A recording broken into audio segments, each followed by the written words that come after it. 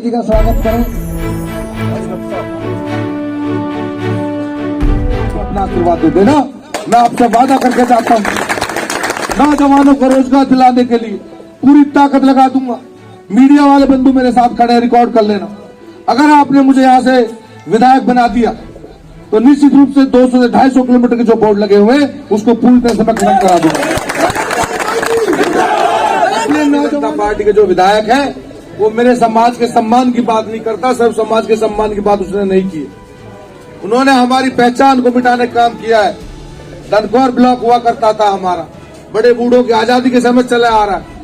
बड़े बूढ़ों की एक पहचान थी, हम सबकी एक पहचान थी कि हम धनकौर ब्लॉक के निवासी हैं। उस ब्लॉक को इसने खत्म करने का काम किया।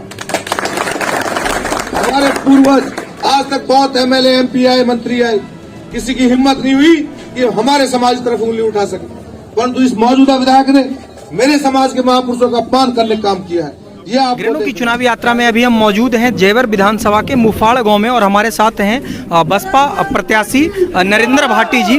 नरेंद्र भाटी जी, अभी आप धनकौर ब्लॉक की चर्चा कर रहे थे कि ब्लॉक हटा है तो इससे लोगों को काफ़ी समस्या हो रही है, लेकिन जो भाजपा के लोग हैं उनका ये कहना है कि सरकार ने कुछ विकास की जो अगली ब्लूप्रिंट है उसे देखते हुए निर्णय लिया। नहीं, इसमें ब्लूप्रिंट क्या होगा? इसमें जो एक समाज के वर्चस्व को खत्म करने का काम किया है इन्होंने, और जो जहाँ के मूल निवासी थे धनकौर ब्लॉक के, उनकी पहचान खत्म करने का काम किया। इससे क्या फायदा होगा, क्या विकास होगा? बताइए आप। ब्लॉक को खत्म करने से चुनाव नहीं होते, बिसरक ब्लॉक में चुनाव नहीं होते, दादरी ब्लॉक में भी। धनकौर ब्लॉक क्यों खत्म किया?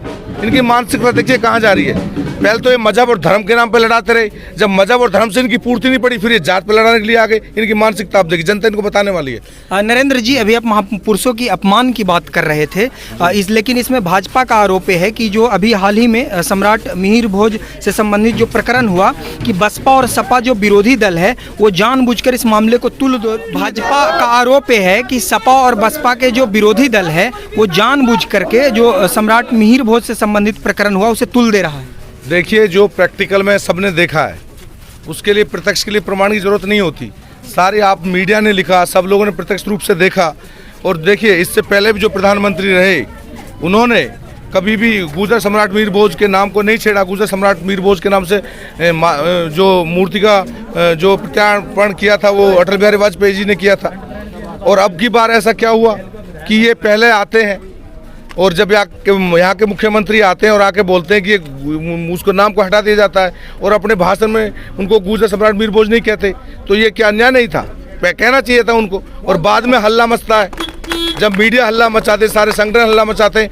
मैं धन्यवाद करना चाहता हूँ बहन कुमारी मायावती जी का। उन्होंने स्टेटमेंट दिया था, सारे न्यूज़पेपर चैनल्स में चला था। उन्होंने कहा था कि जो सम्राट मिहिर भोज वो गुजर हैं, गुजर थे और गुजर रहेंगे। ये आखिरी सवाल, आपका व्यस्त कार्यक्रम है, डोर टू डोर संपर्क कर रहे हैं आप लोग। अभी आप बात कर रहे थे कि जो कंपनियों पर 200 से 250 किलोमीटर का जो बोर्ड लगा हुआ है उसे हटवा देंगे। इसे हटवाने का काम आप कैसे करेंगे? आप देखिए, मैं ये पहले दिन से कहता आ रहा हूँ, भारतीय जनता पार्टी की सरकार केंद्र में भी है और प्रदेश में भी है। अगर ये चाहते तो इस जो सिस्टम को ख़त्म कर सकते थे।